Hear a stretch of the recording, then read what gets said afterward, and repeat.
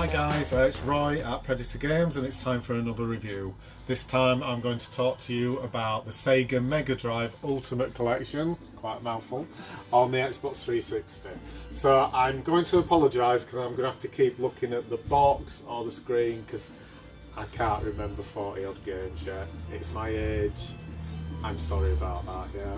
So yeah, it's £8, which is a bargain because you're getting 40 plus games. As I say, there's 40 initially. There are more on there, but you can unlock them. I can't remember how to unlock them, I'm afraid. So it's like you play certain stuff and do certain achievements and that sort of thing. But some really great stuff on here. And for £8, I mean, you've got a lot of gameplay here, yeah? So I'm going to just talk to you about a few of them. Alex Kidd, not a huge fan of it. The one on the original on the Master System is the best and is the one that everybody remembers.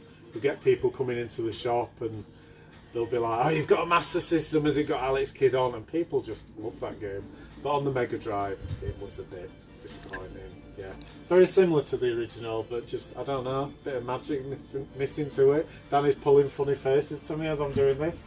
Probably because he's never heard of a Mega Drive. I've heard of a Mega Drive. I used to have one. He's only 2 years old. I had my mum's old one. Anyway, so Alien Storm, I love this game. It's original. I mean, most of these, not all of them, obviously, your Sonics and stuff, it was originally an arcade game. It's just sort of, I mean, it's quite easy, but it's very colourful. You sort of kind of a bit like Streets of Rage, you know, you're a scrolling beat 'em up type thing, but you've got a gun and you're shooting monsters, so not like Streets of Rage at all. But hey, look, it's showing you a bit here now, yeah. So you have to zap monsters with your big gun, and just you have stuff like these things will turn into monsters, bins turn into monsters, and you'll have people turning into aliens. Sorry, not monsters.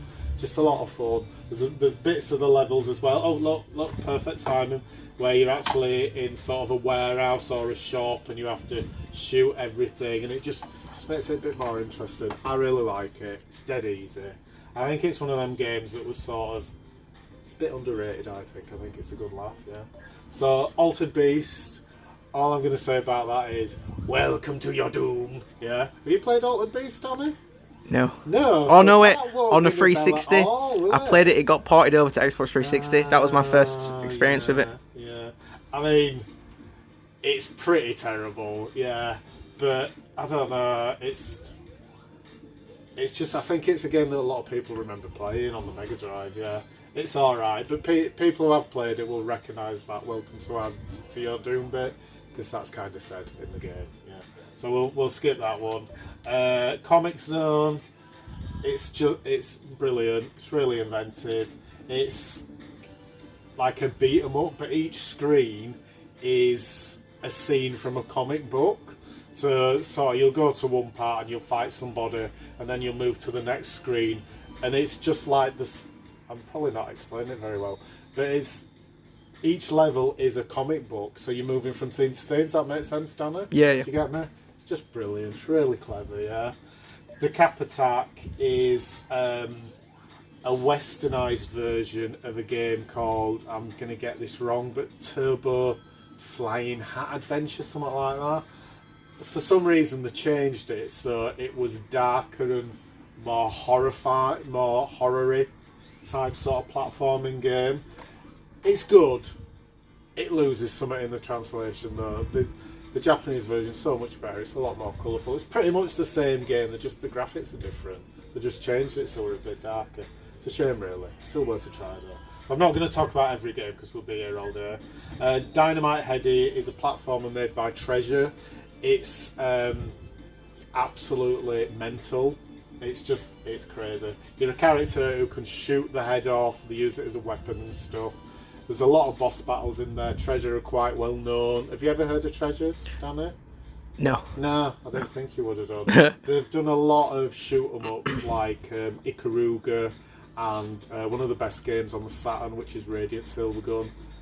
It's amazing. It's an amazing game. Yeah, it's just, I'd say most of the games that Treasure have done have been pretty good. There's been a couple that have been a bit iffy, but they always bring a lot of character. You can tell it's them. They love the boss battles. It's a good game. It's not one of the best ones, but it's still worth a try. And as I say, it's very Japanese, and it's absolutely crazy, but it's fun. Yeah.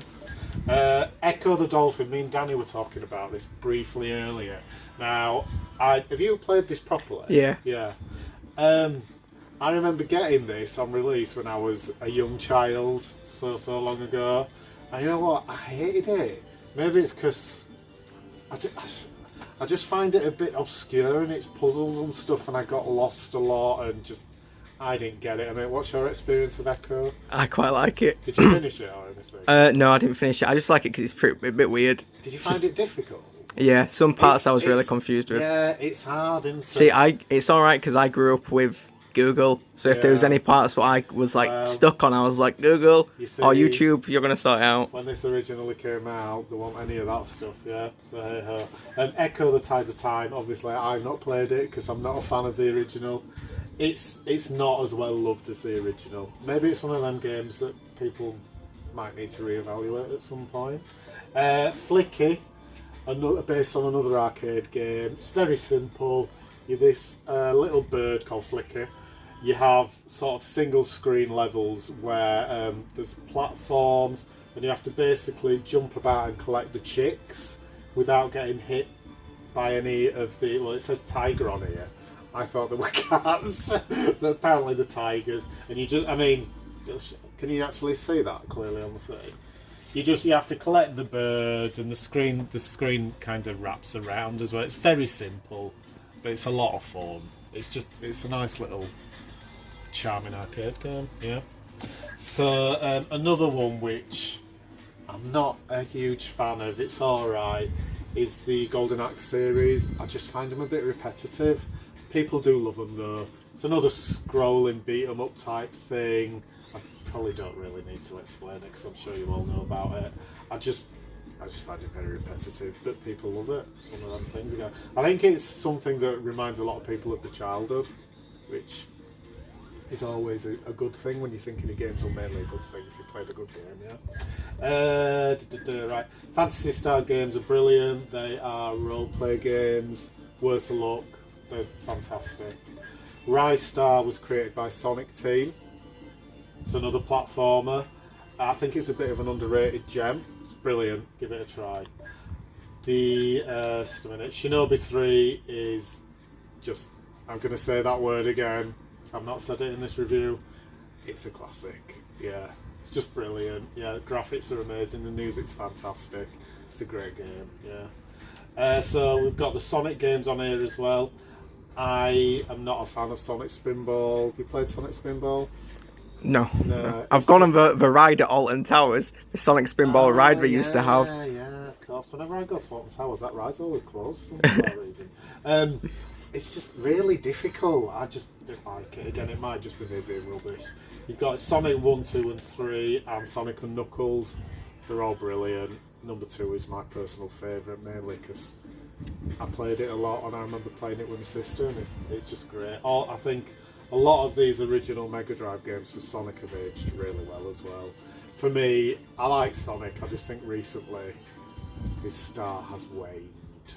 Are you excited for the Sonic the Hedgehog movie? No, because that's not out yet. No, are you excited for it? You're going to go see it opening night. Best movie ever made. I just think that whole Sonic, I mean, we're talking about games here, aren't we? But the whole Sonic movie thing, that was done on purpose, that design, yeah? Definitely, yeah? Because, yeah, anyway. Streets of Rage 1, 2 and 3. Number 2 is the pinnacle of the series. There's a Streets of Rage due this year on modern consoles, which does look like it's really promising, yeah. But yeah, number 2, the music's amazing, it's aged really well, it's a scrolling beat 'em up. It's brilliant. I'm sure you've all played it before. Right, I'll quickly. That's all of them actually. Vector Man 1 and 2, I played them a little bit, I think they've aged really badly. They are sort of platformer type things. I don't know, there's something missing from them. But yeah, anyway, I'm yakking on too much, yeah? So, Sega Megadrive Ultimate Collection, you've got 40 games on there, and you've got a lot of proper gems. You've got some brilliant stuff. It's £8. I mean, I'm not even going to try and work out how much each game is with that, yeah. But it's brilliant. It's a great collection.